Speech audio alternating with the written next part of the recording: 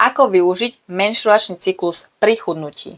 Toto radím svojim klientkám na coachingu. Si žena, máš hormóny. Dá. Budú dni v cykle, kedy to pôjde horšie. Budeš mať väčšie chutie, väčší apetít. Budeš potrebovať viac jedla, aby sa zasytila. Budeš mať menej energie na pohyb, celkovo na život, na ľudí. A preto hlava, nehlava chudnúť v tejto fáze cyklu a ísť bomby na silu, len aby si schudla na váhe, nedáva žiaden zmysel. Pôjde ti to ťažko, bude sa cítiť zle.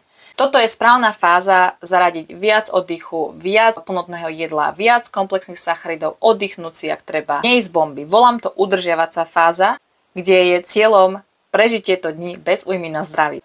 A hovorím o fáze po ovulácii až po začiatok krámu. Druhá časť tvojho mesiaca, tvojho menštruačného cyklu. Sa cítiš menej ako ty. A potom je tu tá super fáza, začiatok krámov až po ovuláciu, kde sa cítiš ako bohyňa.